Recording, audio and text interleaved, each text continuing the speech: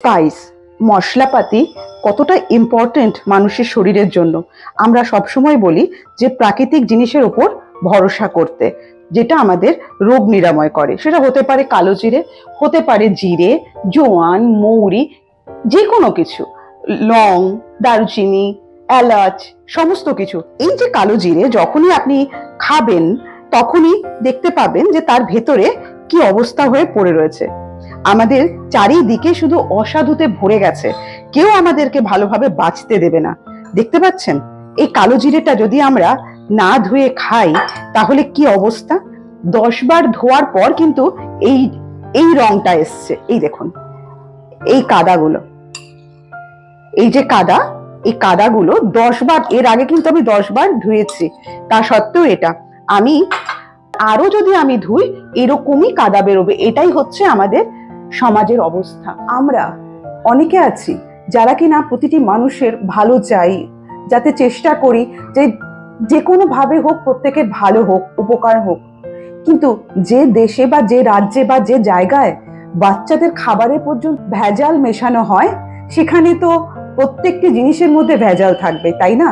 আজকে এই কালো জিরে আমরা ভরসা করে কিনে নিয়ে আসছি এবং যে কোনো রান্নাতে দিচ্ছি, সেই রান্নার রং তো হচ্ছেই না, দ্বিতীয়ত মুখের মধ্যে বালি, কাদা সমস্ত কিছু যাচ্ছে। কটা মানুষের এতটা সময় আছে যে বাজার থেকে জিনিস দাম দিয়ে কিনে নিয়ে আসবে, তারপর সেটাকে ধুয়ে আবার শুকিয়ে তারপরে রাখবে? সেরকম তো অনেক মানুষই কম আছে না যাদের এতটা সময় আছে। বা আমরা প্রত্যেকে চাই যে যখন আমরা বাইরে থেকেই কিনে নিয়ে আসছি, তো সেটা এতটা সময় কারোরই নেই, তাড়াতাড়ি করে আমরা সেটা করছি, কিন্তু আমরা কি খাচ্ছি? এতে আমাদের শরীর স্বাস্থ্য সৌন্দর্য কিভাবে ভালো থাকবে আমি ভাবতে পারছি না। মানে আপনারা ভাবুন যে এই কাদা গোলা জল, মানে আমি আজকে অপারক হয়ে এটাকে ধুতে হচ্ছে, সময় সকলেরই কম, কিন্তু আনহাইজিনিক খাওয়া দাওয়া খাওয়া যাবে না। শুধু আমরা কেন, পরিবারের সমস্ত বাচ্চা, শিশু সকলে খাচ্ছে। তো সেক্ষেত্রে আমাদের একটু লক্ষ্য রাখতে হবে। আশেপাশের লোকজন, সমাজ যদি খারাপ থাকে তার মধ্যেও বাঁচতে হবে আমাদের।